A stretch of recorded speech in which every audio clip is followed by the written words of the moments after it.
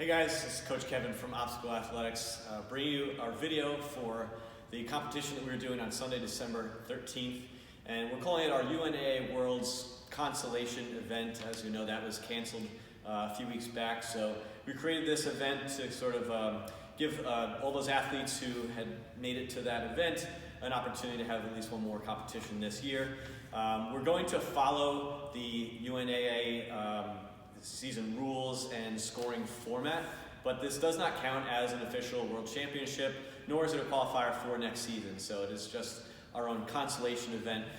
We have, I believe, 12 obstacles that we will go through and explain all the standards and rules for those. As we know, there's either 1 or 2 point obstacles. We'll let you know what those are all worth. And to note that we actually have 2 categories, 2 divisions that we're going to run. Both for those folks that did qualify for World Championships, they will have a slightly harder version than the non-qualifiers. But it'll be the same number of obstacles worth the same amount of points. So with me as always is my trusty sidekick, Coach Brian, who is going to demonstrate as I talk through all the rules of the obstacles that we're going to face. So the first obstacle, we'll call it the cyclone. It's a big space in this corner of the gym. It's basically a big spiral of quintuple steps, agility, and some balance stuff. There's a total of 21 steps or pieces that you do need to touch all of them to go in this spiraling pattern and end up at the middle where there's a box. So Brian, if you want to run through that, count if you want, but it's going to be 21 different pieces. You got to touch them all, so no skipping to an inner row.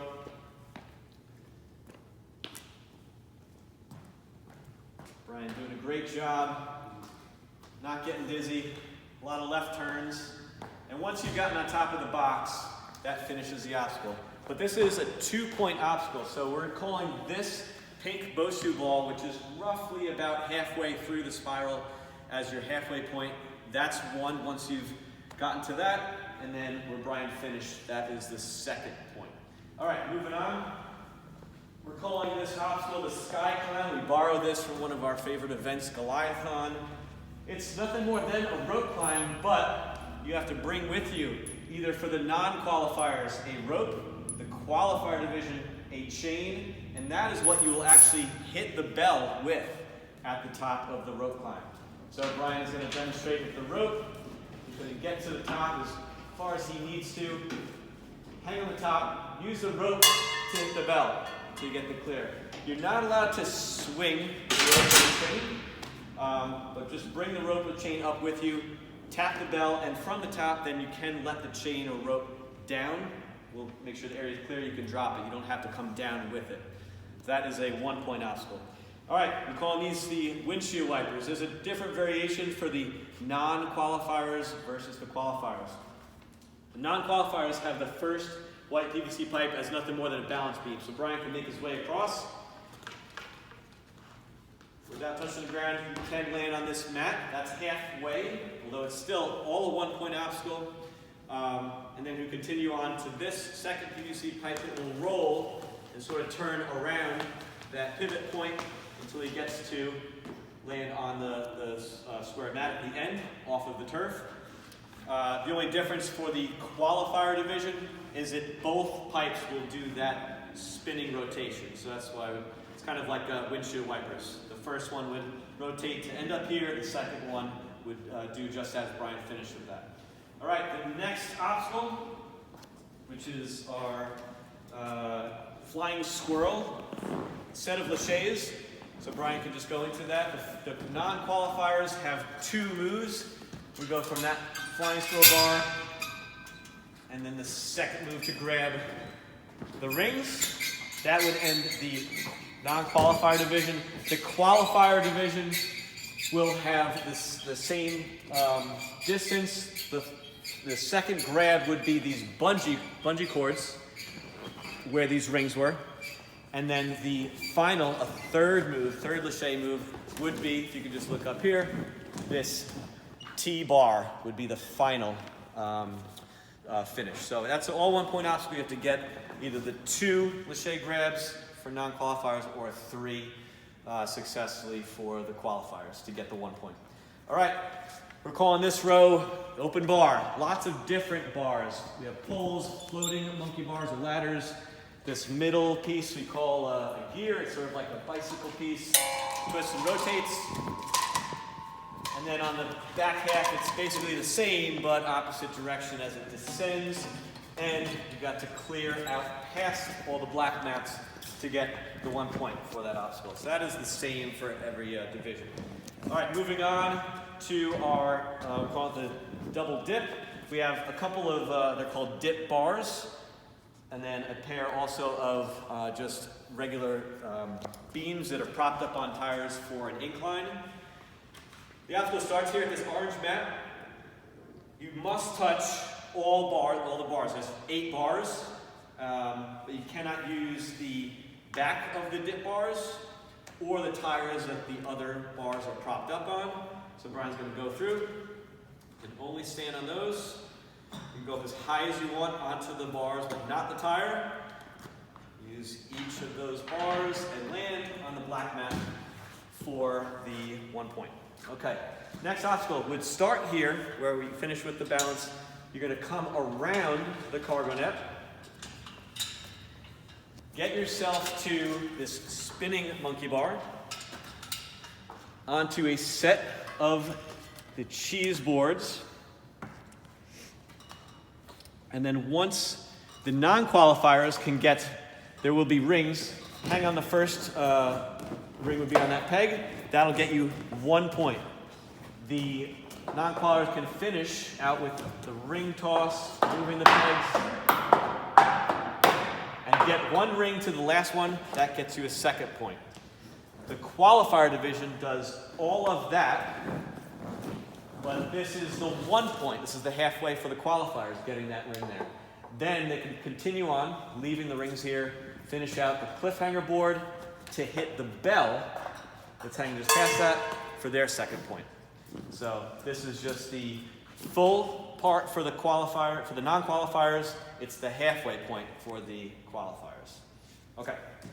Moving on, we have, I think the hardest obstacle in the course are the bird houses. They're like a floating pegboard that is hanging from the double stairs. At no point can you touch the gray mat, so you have to start from the floor. Non-qualifiers use as many steps as they need to then get the pegs, which are already in those bird houses or floating pegboards, and use them as a monkey bar style. To get across, there's 1 peg we'll leave in that wall pegboard and then exit using the stairs. That is how the non-qualifiers would do it. The difference for the qualifier division, we would only give you 2 of the pegs. We'll place them on the 3rd step. They'll be sitting on top of this step, so you have to take a few steps up to take the peg, and then you have to pegboard traverse through these birdhouses across the floor, and then exit out. So this is a 2-point obstacle, and we were going to say that getting to the 3rd birdhouse, pegboard, floating pegboard, would be your halfway point. So whichever version of it, you know, the non-qualifiers or qualifiers, when you got control on that one, that is your halfway, and then clearing out is your 2nd point. Okay. Now we have, using the Olympus wall, we're calling it rope-a-dope. There are long ropes hanging from the chain sections. Those are the only parts that are in play. Walk along the wall. You can use all 3 ropes for the qualifiers to land on the black mat. The difference for the qualifiers is only going to be 2. So we're going to take away the last one. Imagine this isn't here, so Brian would just have to take a longer jump and still clear and land on the black square mat. That's 1 point obstacle. Okay? We're going behind the warp wall, the jumping spider, but we threw in the slack line, where you start without using your hands on the wall. It's only a slack line, using your feet, until you have gotten far enough. Brian failed it, but once you've gotten past the slack line, then you can put your hands to the wall and finish out with the typical jumping spider style. Okay, to clear the wood beam down at the end here. That was 1 point. Next obstacle, we're doing a kind of neat twist on the traverse wall. We're using rings to get across. So non-qualifiers will have 1 ring. that they use, as you see Brian is putting it on the traverse wall blocks. He can choose to use it in his front hand or his back hand to get from that log until he can reach and land down on the black square mat. The qualifiers will have 2 rings, so they've got to use both their hands as rings to get across and do the same thing that Brian just did. Okay, that's 1 point.